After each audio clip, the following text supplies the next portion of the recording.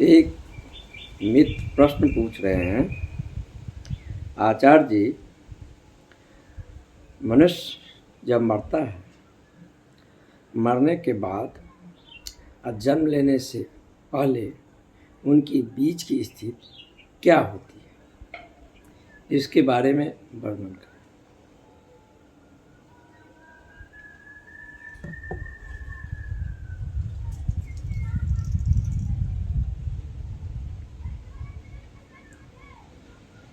आत्मा जब शरीर को परित्याग करती है और जन्म नहीं लेती है, इस बीच का जो क्षण है, ये क्षण संध्या काल का क्षण है। ये क्षण जो है सो उसका जो अनुभव है इंद्रियातीत है। संसार में हमारा जो भी अनुभव है वो इंद्रियों के द्वारा है। संसार को जब हम देखते हैं तो आँख के माध्यम से देखते हैं, जब ध्वनि को सुनते हैं तो ध्वनि कान के माध्यम से ध्वनि को सुनते हैं, जब किसी को स्पर्श करते हैं तो हाथ के माध्यम से स्पर्श करते हैं। तो हमारे पास प्रकृति के द्वारा जो इंद्रियां हैं, इसी इंद्रियों के द्वारा संसार में हमें अनुभव आता है। लेकिन जब आत्मा ये शरीर को परित्याग कर देती है, मृत्यु को उपलब्ध हो जाती है और जन्म नहीं लेते हैं, इस बीच जो उसके काल है वो इंद्रियातीत लोक है। वहाँ इंद्रियों के द्वारा उसका अनुभव नहीं होता। फिर तो वहाँ क्या घटता, इसी जीवन में थोड़ी सा जागृत जीवन में जो हम ये जीवन जी रहे हैं, उसमें जो हमारा जो कुछ भी अनुभव है वो जागृत जीवन में वो इंद्रियों के द्वारा ही उसका अनुभव होते हैं। हम कभी तृप्त होते हैं, कभी अतृप्त होते हैं, कभी ध्वनि के सुनकर नाच उठते हैं,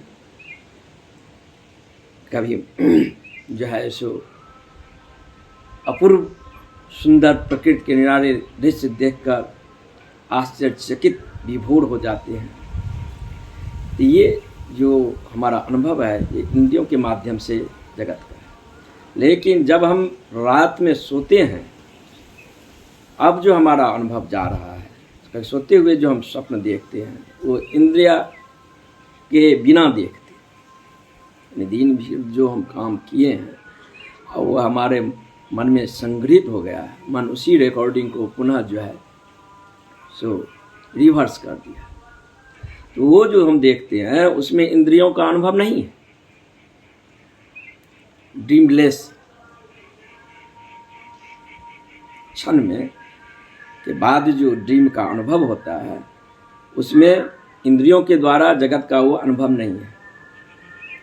ठीक ऐसे ही जब आत्मा शरीर को परित्याग कर देते हैं तो उसके पास इंद्रियां नहीं है, लेकिन मन वहाँ मौजूद है।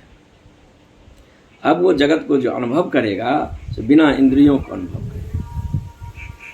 जैसे एक छोटी सी बात को आप समझे, जैसे आप सो रहे हैं और सोते हुए क्षण में आपके पाँव पर बर्फ का एक टुकड़ा रगड़ा जाए तो आप स्वप्न देखेंगे किसी बर्फ के घाटी में तैर रहे हैं, अपूर्व ठंडा प्रदेश से हम गुजर रहे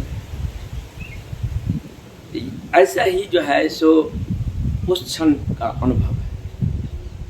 हमारे मन का जो कांटेक्ट है, धारणाएं हैं, विचार हैं, जिस अवस्था में हम जिए हैं वो हमारे मन में वो संग्रहित है। उसको संग्रहित होकर वह स्वप्न रूप में ले लेते हैं और उसके अपनी धारणाओं के अनुसार अपना जो है सो ड्रीम देखने लगते। तो इस जीवन में जब हम ड्रीम के बाद जागृत जीवन में आते हैं तब हम समझते हैं कि वह जो मैं देखा रात में वह स्वप्न था। लेकिन स्वप्न में फिर जब हम स्वप्न देखते हैं तो हमें जागृत जीवन का याद नहीं रहता है। उस समय हमें होश नहीं रहता है कि ये मैं इससे पहले जो है जागृत जीवन जी चुका हूँ या जागृत जीवन का अनुभव। तो स्वप्न जो है इसी अवधारणा के कारण स्वप्न सदृश होकर साक्षात मालूम होने लगता है। तो जब हम मृत्यु के बाद जो आत्मा उस क्षण में विचरण करते हैं उस समय तो उसके पास इंद्रियां नहीं है, लेकिन उस समय उसे बिना इंद्रियों के द्वारा जो अनुभव होती हैं, तो उसकी अपनी कंसेप्ट है, अपनी धारणा है, जीवन के अपने बुरे अनुभव है, और उस अनुभव से वो गुजरता है। मन उसी को अंदर जो है सो प्ले करता है, वो प्ले का जो है सो वो भोग भोगता है। जैसे स्वप्न में आपको कोई आदमी आकर जो है सो आपके छाती पर बैठ गया और चाकू मारने की कोशिश कर रहा है, तो आप उस क्षण बचने की कोशिश करते हैं, पीड़ा से गुजरते हैं। जैसे जागृत में पीड़ा से गुजरते हैं, वैसे उस क्षण में भी पीड़ा से गुजर रहे हैं। दोनों तो अनुभव एक ही है, लेकिन फिर बाद में जब आप नींद से जागते हैं तो कहते ये स्वप्न था। लेकिन वहाँ जब तक आप इस पुनः जन्म नहीं होगा, तब तक वो ड्रीम लाइफ लंबा है। तो वो जो ड्रीम लाइफ लंबा है, तो उस समय जो है सो वो पीड़ा भी लंबा है। अब सभी का नर्क अपने अपने होते हैं। यहूदी का नर्क अलग है, क्रिश्चियनिटी का नर्क अलग है, हिंदुओं का नर्क अलग है, इस्लाम का नर्क अलग है। उनकी अपनी अपनी धारणाएं हैं। उस धारणा के अनुसार जो है सो हमारे दिमाग में इम्पोज कर गया है। मैं उसी धारणा के अनुसार उस नर्क और स्वर्ग के परिकल्पना करता हूँ, और उसी परिकल्पना में जो है सो हम पुनः जीने लगते हैं। वो मेरे लिए साकार रूप हो जाता है। अब कहा गया नर्क के में आग से गुजारा जाता है, आग से गुजारा जाता है, फिर भी जलते नहीं हैं, कराह में तले जाते हैं, फिर भी बच जाते हैं। तो अब जो मान लो गर्भ के जो आप अभी आपका गर्भ नहीं मिला है, गर्भ से पहले का जो क्षण है और मृत्यु के बाद का जो क्षण है, उस समय आपकी जो भी मनोदशाएं होगी, जो मन में प्ले हो जाएगा, तो ये स्वप्न तो 10 मिनट का होता है या 5 मिनट का होता है, लेकिन वो स्वप्न काल लंबा होता है। वो स्वप्न काल जो लंबा होता है, तो उतनी हम पीड़ा संताप से गुजरते हैं। और एक मित्र पूछ रहे हैं,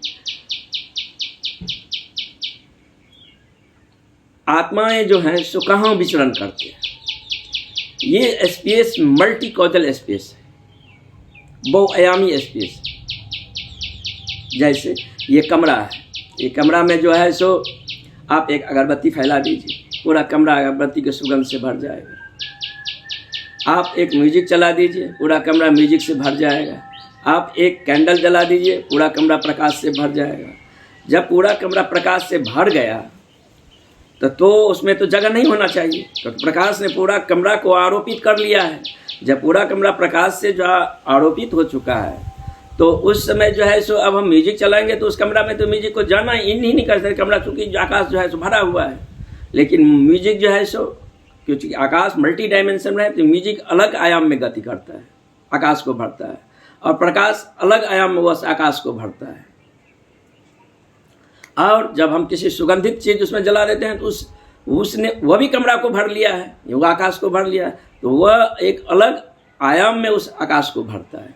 तो ये आकाश मल्टी डायमेंशन में है, समझ गए। हर एक चीज होने के लिए जो अस्तित्व में आया है वो 3 डायमेंशन में, उसमें लंबाई है, चौड़ाई है, मोटाई है। लेकिन ये जो हर एक चीज को होने के लिए 3 डायमेंशन को होने के लिए एक 4 डायमेंशन है। 4 डायमेंशन अर्थात वह स्पेस। हर एक चीज को होने के लिए स्पेस चाहिए। स्पेस के बिना कोई चीज अस्तित्व में नहीं हो सकता, लेकिन स्पेस को होने के लिए कुछ नहीं चाहिए। तो ये स्पेस जो है सो मल्टी डायमेंशन में है। तो ये आत्मा इसी आकाश में जो है सो विचरण करते रहते हैं, और अपने अच्छे बुरे कर्मों के अनुसार मनोकल्पित लोक में जो है सो उसका वैसा ही अनुभव होता है जैसा इस जागृत जीवन में जो हमें अनुभव हो रहा है। इसी प्रकार का वैसा दुख दर्द पीड़ा से गुजरते हैं।